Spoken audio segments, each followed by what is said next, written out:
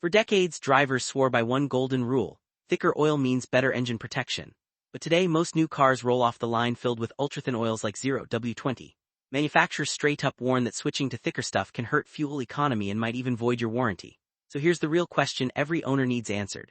Are these super-thin oils actually protecting your modern engine, or are they just a government-mandated compromise? CAFE standards and similar fuel economy rules around the world forced automakers to chase every last drop of efficiency.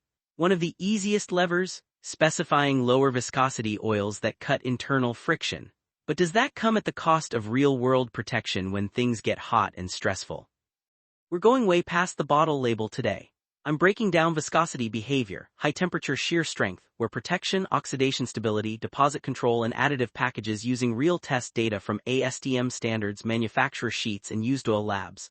By the end, the 0W-20 versus 5W-30 story might surprise you more than you expect. Viscosity and flow properties. When most people look at an oil bottle, they zero in on those numbers, 0W-20 or 5W-30, thinking that's the whole story. But those ratings only scratch the surface of how the oil actually behaves inside your engine. The key number lubrication engineers watch is the viscosity index, or VI. It tells you how well the oil resists thinning out when things get scorching hot and thickening up when it's freezing cold. Higher VI means more stable protection across temperature swings. Today's top synthetic oils usually land between 140 and 180. Many 0W-20 full synthetics sit right around 168-176. For example, Mobil 1 Advanced Fuel Economy 0W-20 often shows about 173, Pennzoil Platinum 0W-20 around 170, and Castrol Edge 0W-20 near 168. Comparable 5W-30 synthetics are very close, typically 160-172. The slight edge some 0W-20s show comes from smart base stock choices and balanced viscosity modifiers that help them flow fast on cold starts while still delivering solid hot protection. But VI alone doesn't tell you everything. The real stress happens deep inside bearings, cam lobes and turbo shafts where temperatures soar past 150 degrees C, 300 degrees F and pressures are brutal. That's where high temperature, high shear (HTHS) viscosity matters most. This test simulates exactly what the oil experiences in those loaded zones. 0W-20 oils need to stay above about 2.6 MPa, while 5W-30s target at least 2.9. Premium versions often beat those minimums. Mobil 1 0W-20 typically hits around 2.7, Toyota's genuine 0W-20 stays in the 2.6-2.7 range, while a strong 5W-30 like Mobil 1 Extended Performance often delivers 3.1. That 0.305 difference can mean a noticeably thicker oil film under heavy load. Think 10–15% more protection in full hydrodynamic conditions. Cold starts tell another important story. The cold cranking simulator shows why manufacturers love 0W-20 in newer engines. It flows faster when the engine is stone cold, getting oil to critical parts quicker and slashing startup wear. In brutally cold climates, that difference is meaningful. Pour points on modern synthetics are excellent across the board, often hitting degrees C or lower, so the gap between grades is now tiny. One more critical factor: shear stability.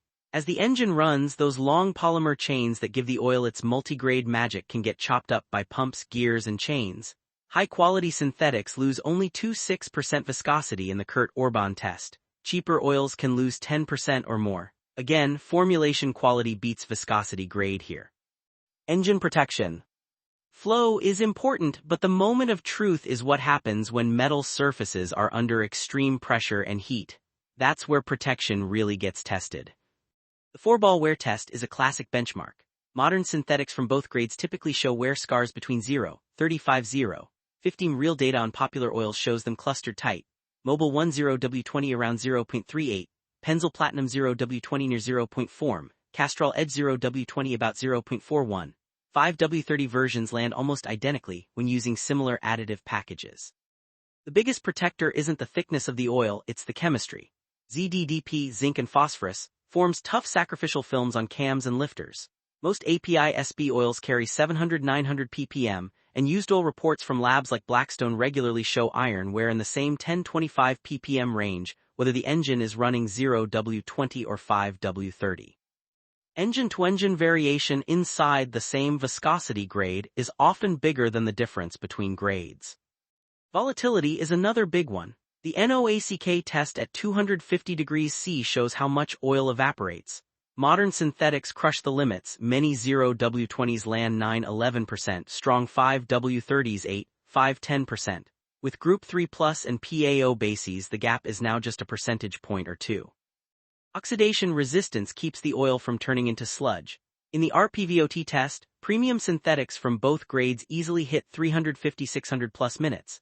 TBN total base number starts around 810 for both and drops at similar rates in real-world driving. After 5,000 miles, you're often still in the safe 4-6 range regardless of viscosity. Deposit control might be the most dramatic difference you can actually see. TEOSD and sequence engine tests show both grades delivering excellent cleanliness when they meet the same ILSAC GF6 and API SB standards. Top 0W-20s and 5W-30s routinely post deposit numbers in the teens. The real hero is the detergent dispersant package, not the thickness rating. Base oil and additives quality.